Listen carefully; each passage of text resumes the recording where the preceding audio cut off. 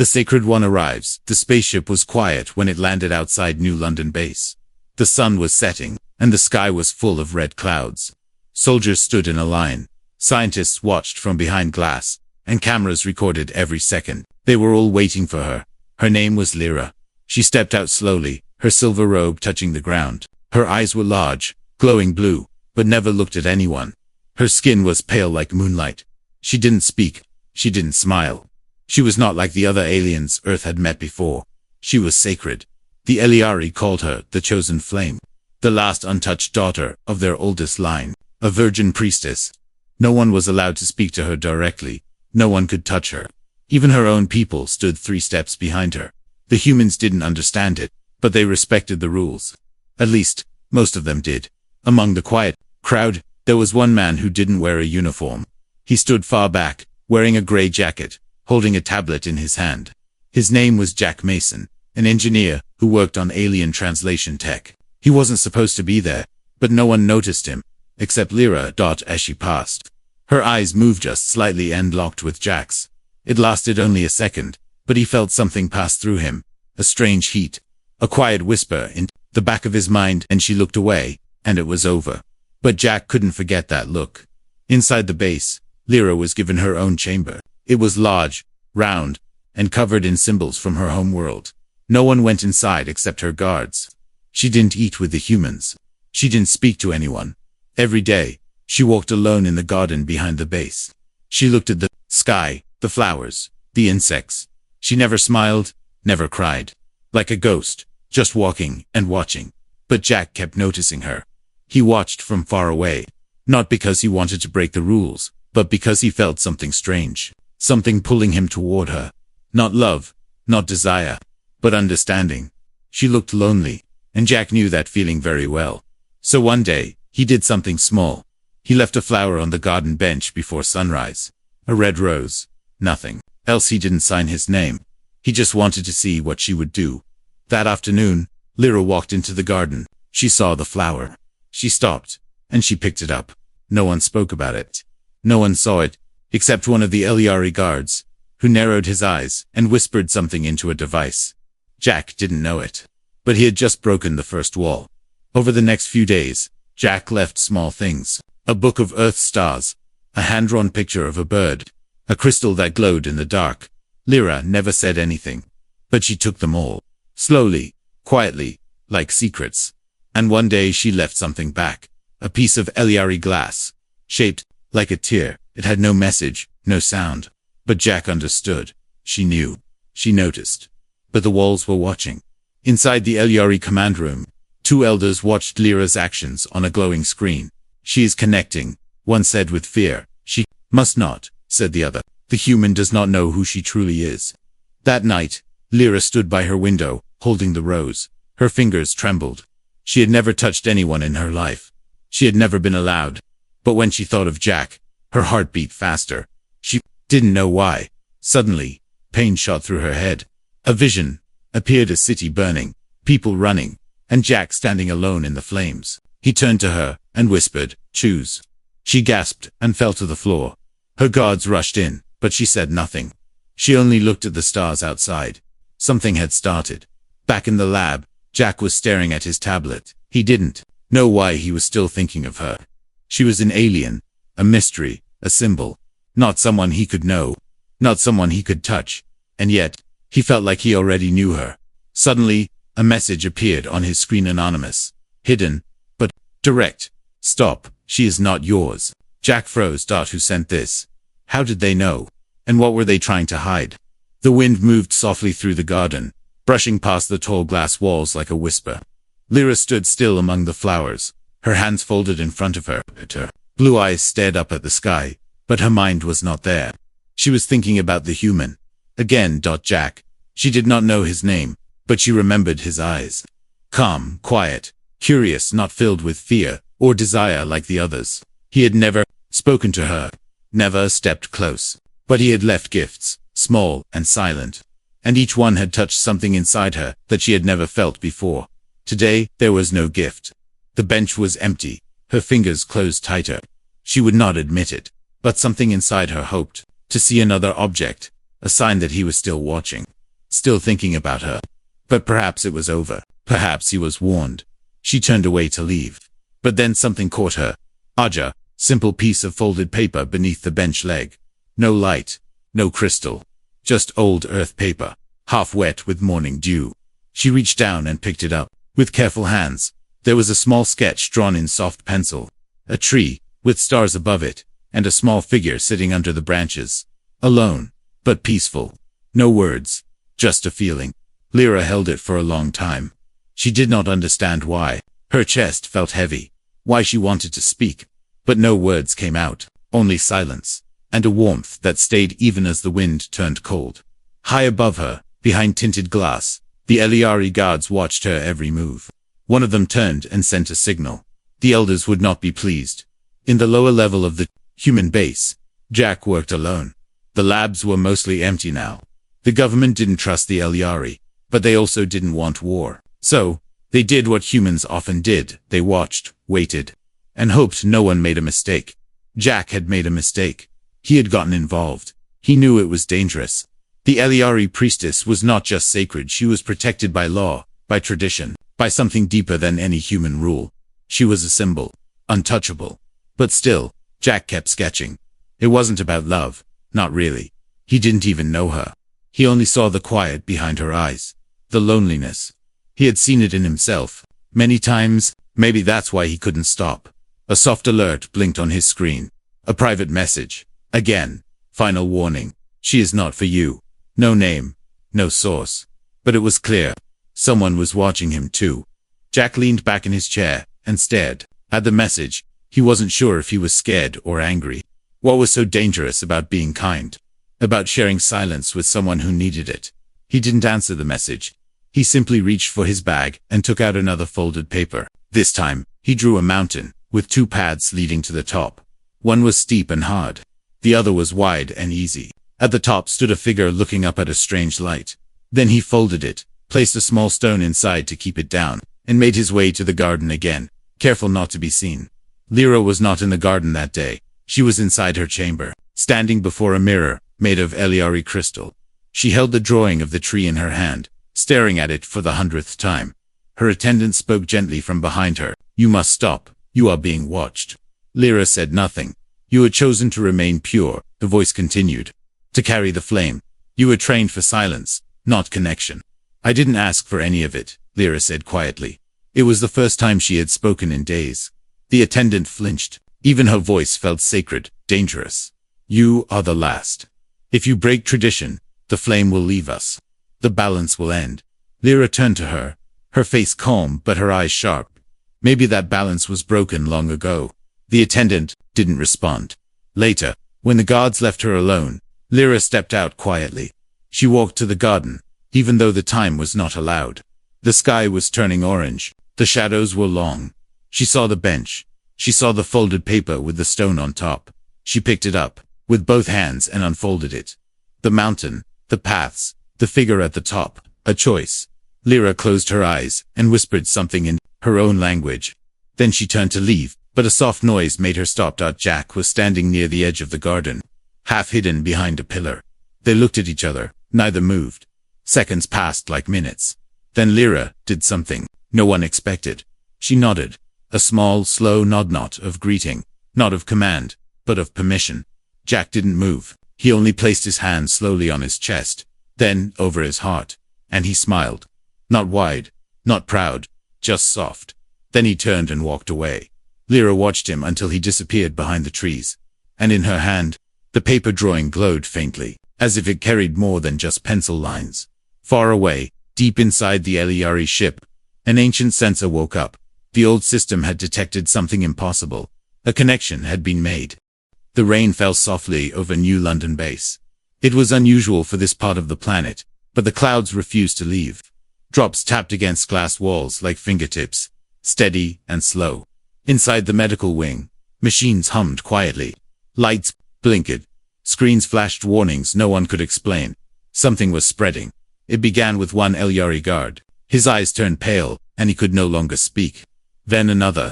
Soon, 4 of them were taken into quarantine, their bodies stiff, their minds silent. Human doctors couldn't diagnose it. Eliari healers denied it was illness. They called it disturbance. They blamed Earth's air, Earth's light, Earth's people. They blamed Lyra. But Lyra remained untouched. She sat still in her chamber, calm, breathing slowly, holding a strange drawing in her lap, a mountain with two paths. Her fingers traced the lines again and again. She hadn't spoken since the garden. Not to her attendants, not to her elders. But she had begun to remember dreams. In one dream, she stood on a burning bridge. On one side, the stars of her home. On the other, Earth. Between them stood a man. His name came like a whisper. Jack. She didn't know what he was to her. Only that his presence made the silence louder, the rules weaker, the air warmer. And now something inside her was changing. Outside her door, voices argued. The human has touched her mind. She was already unstable. She must be returned. She must be sealed. But Lyra heard none of it. Her thoughts were far away in a workshop filled with tools, in a quiet room with paper drawings, a place where someone saw her, not as sacred, but as someone. That night, she left her room. The cameras were blinded for 17 seconds, no more. In those 17 seconds, Lyra walked through to locked doors, past 3 guards who saw nothing, and entered a forgotten hallway under the science wing. She followed no map. Her feet simply moved. She stopped in front of a door that had no name. She knocked once. Inside, Jack looked up from his desk. He had been awake for hours, staring at screens filled with alien symbols. None of them made sense. But when the knock came, something in him knew. He opened the door slowly. She stood there, wet from the rain, her robe slightly torn, her eyes wide but clear. Jack didn't speak. He stepped aside and let her enter. No guards followed. No alarm sounded. Lyra moved to the center of the room and turned in a slow circle. The walls were covered in notes, half-finished machines, strange star maps. She stopped at one of the tables, where a piece of glowing metal rested. She placed her hand on it, and the metal changed. Jack stared. It lit up with a pattern, spirals and curves, like stars in motion. He had never seen it react to anything. He had touched it, heated it, scanned it. Nothing, but her single touch had awakened it. "What is this?" he asked quietly. Lyra looked at him. Her voice was soft, almost afraid. "It's a key." Jack stepped closer. To what? She didn't answer. Instead, she reached into her robe and pulled out a small crystal, shaped like a tear. She placed it beside the metal. For a moment, they did nothing. Then, without warning, the lights flickered, the walls changed, the air shimmered, and a projection filled the room. Stars, planets, routes between worlds, a hidden map, a secret no Eliari had shared with humans. Jack stepped back, stunned. It wasn't just a map, it was a path. One line on the map was glowing red, as if active. At the end of that line was a symbol. Jack didn't understand it, but Lyra did. "It's where they keep the truth," she said. "About me. About why I was made sacred." Jack looked at her carefully. "You don't already know." She shook her head. "They never told me. Only that I must remain untouched. That I carry something ancient." Jack walked to her slowly, his voice quiet. "Why show me this?" Lyra didn't speak at first. Her eyes searched his, as if looking for something more than words. Then she said, "Because you never asked. For me, you waited." Outside, alarms began to ring. The system had detected the projection. The Eliari knew someone had activated the forbidden map. Lyra moved quickly. She placed the tear crystal back into her robe. The map vanished. The lights returned to normal, but it was too late. The door burst open. 2 Eliari guards entered, followed by a human officer. They didn't shout. They didn't threaten. They simply stepped forward. Jack moved in front of her. She came on her own. "She is sacred," one of the guards said coldly. "She doesn't have a choice." Lyra stepped forward. This time, her voice was firm. "I do now." The guards hesitated. Then one lifted a hand. The tear crystal in Lyra's robe began to glow. The room shook slightly. A low hum filled the air. Jack reached out, not to stop anyone, but to touch her hand. But before their fingers met, the guards activated a stun pulse. The world went black. And somewhere, far beyond the stars, the ancient path began to open. Darkness was not empty. Jack floated through it, not falling, not rising, just suspended in something deeper than sleep. Memories flickered like distant stars. Lyra's face, her voice, the hum of the crystal, the moment before the stun pulse hit. And then, silence. When his eyes opened, He was no longer in the lab. The room was round, quiet, and glowing softly with blue light. The walls were Eliari metal, curved and cold. A single line of script ran in a circle along the ceiling, repeating itself. He couldn't read it, but it felt older than any language he knew. He tried to sit up. Pain shot through his chest. "You're awake," said a voice behind him. He turned his head. Lyra. She was sitting on the floor, near the wall. Her knees pulled to her chest, her robe torn at the hem. Her hair hung loose for the first time. Not like a priestess. Not like a symbol. Just a person. Jack struggled to speak. "Where are we?" "They took us to the deep vessel," she said. "A place not even humans knew existed. It's under the surface of the moon. Hidden." Jack looked around. "Why am I still alive?" "They want to show you something," Lyra said, "before they decide what to do with you." "Great," Jack muttered. "Intergalactic trial before breakfast." Lyra almost smiled. Almost time passed. Strangely in the deep vessel.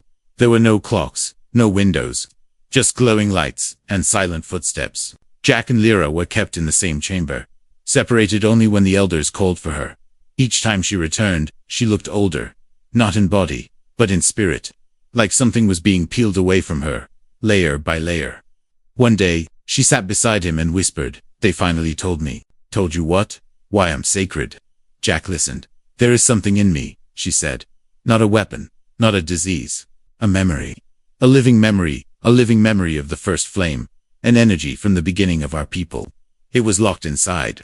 A bloodline, passed down through untouched orders. Protected, worshipped, hidden." Jack leaned forward.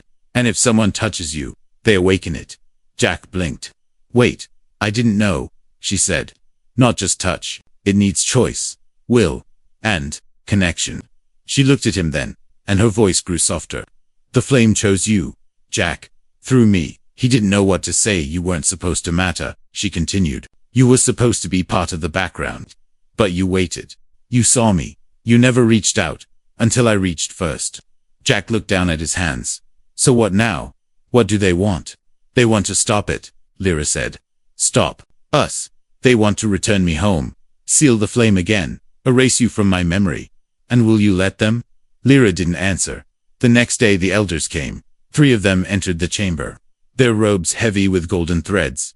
Their faces were marked with the signs of the old ways. They didn't speak to Jack.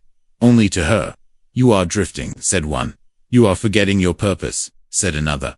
But the third one leaned forward. "Do you love the human?" Lyra looked at Jack. Then she looked back. "I don't know what that word means yet," she said. "But I choose him." The room went still. The first elder raised a hand. "Then you are no longer sacred." Jack stood up.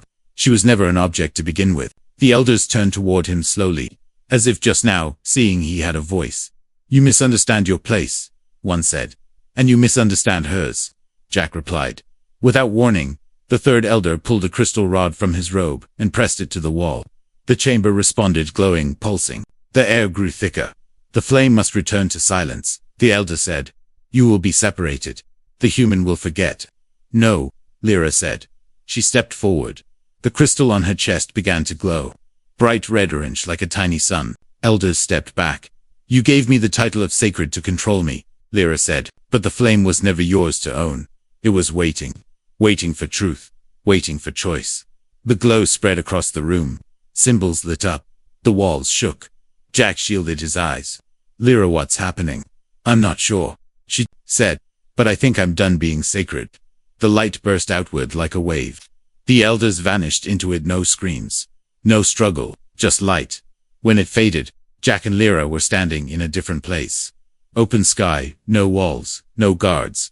The stars above them were unfamiliar, but the air was warm. A quiet valley stretched before them.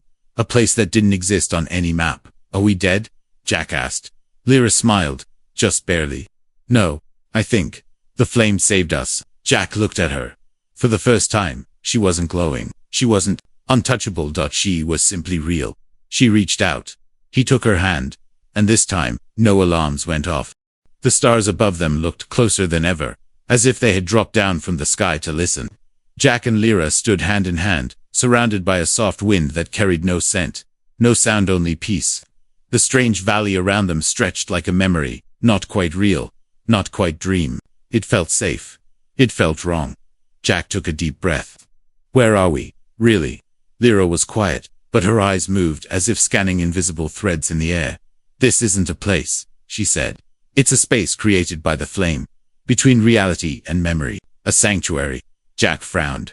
So we're trapped in your head? Not mine, she replied. Ours. The ground shimmered under their feet. Jack stepped back, uneasy. Grass turned to glass, glass to metal, metal to stars. The world was shifting like a liquid mirror. Then a voice echoed not from above or below, but from inside the sky. Test begins. Candidate. Human.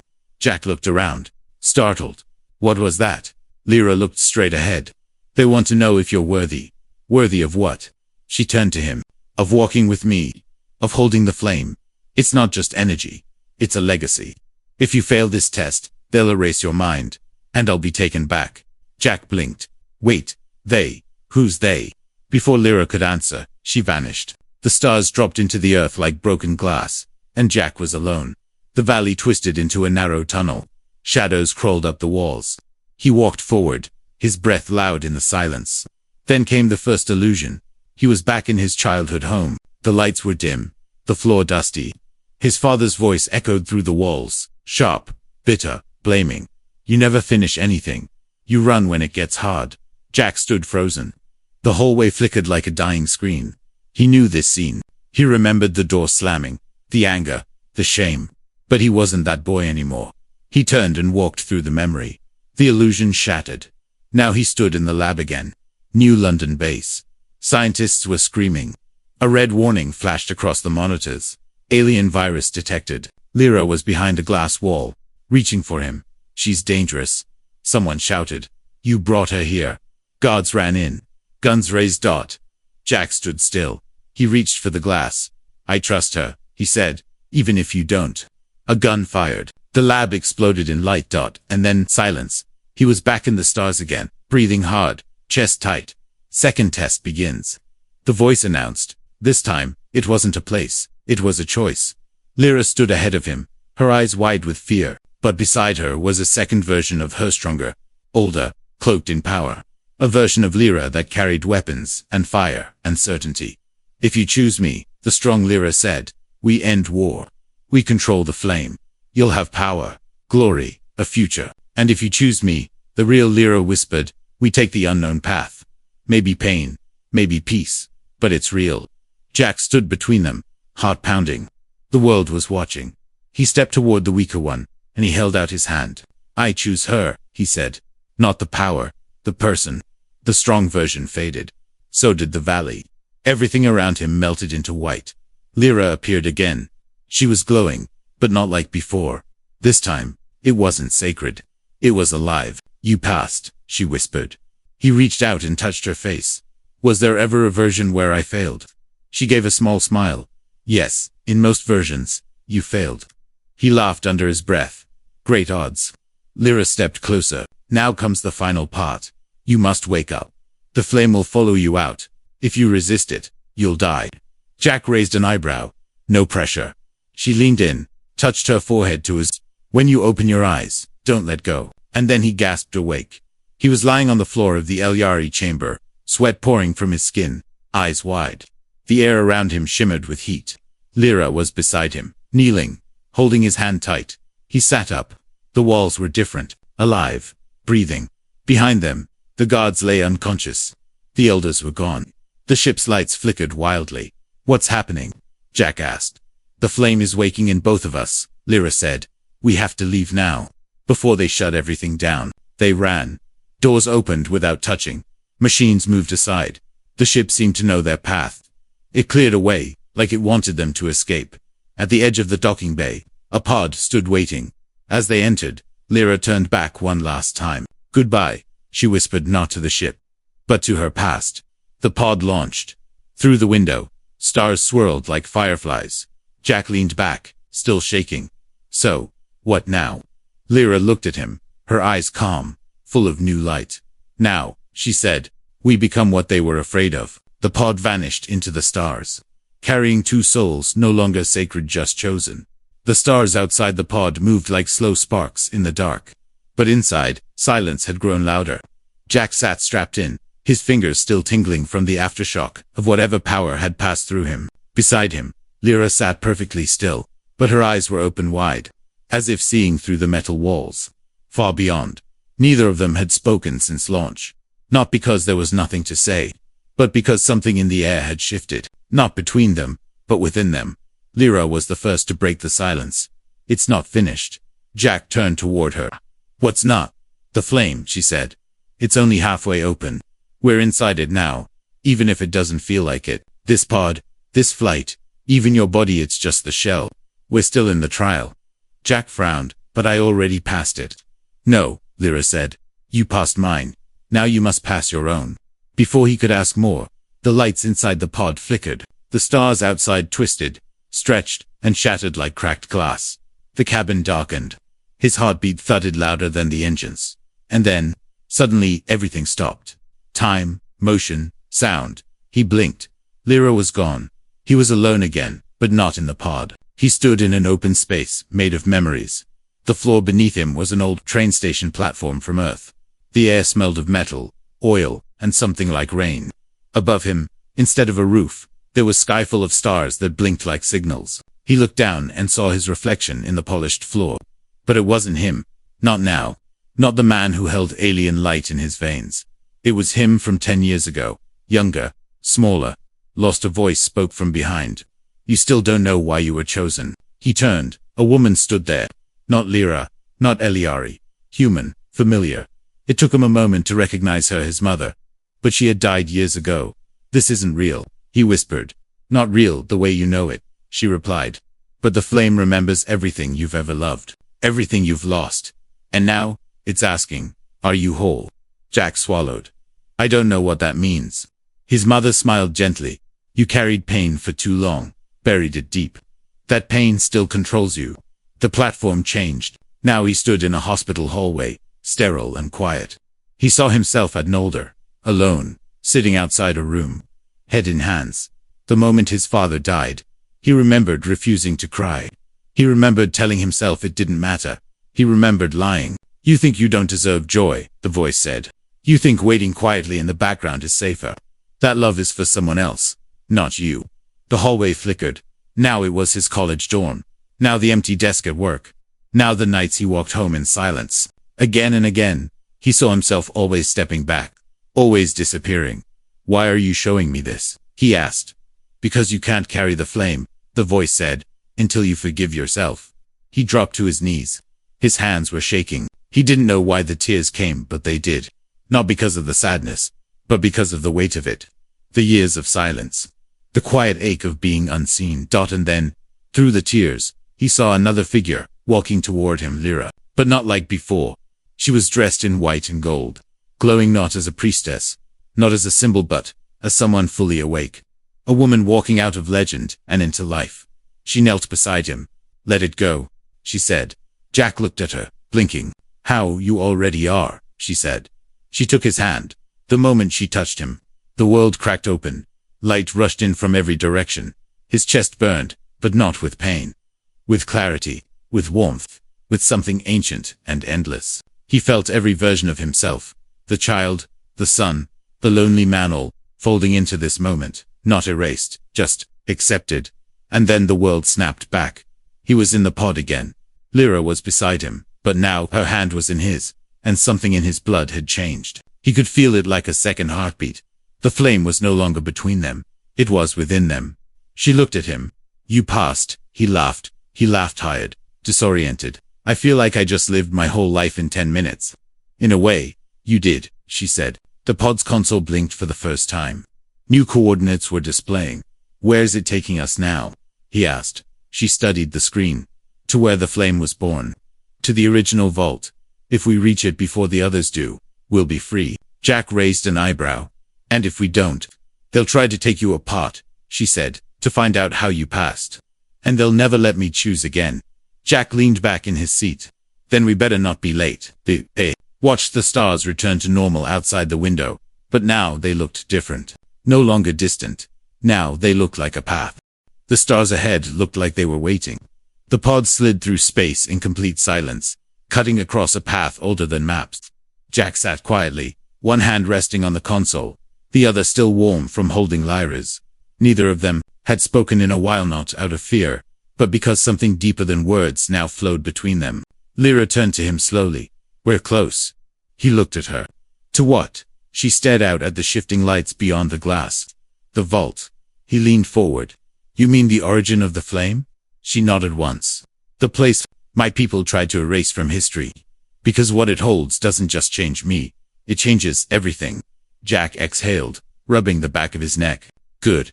I was starting to worry this would end quietly." The pod beeped once, a signal. They had arrived. Below them floated a broken planet, split into jagged pieces orbiting a glowing core.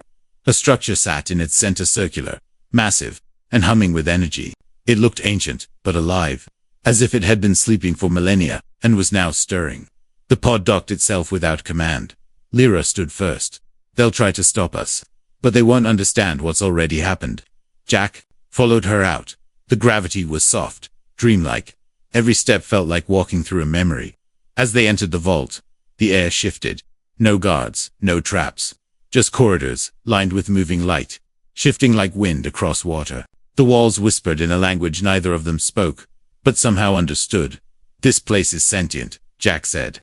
"It was the first to hold the flame," Lyra replied, "before it was placed in blood." At the center of the vault, a vast chamber opened like a blooming flower.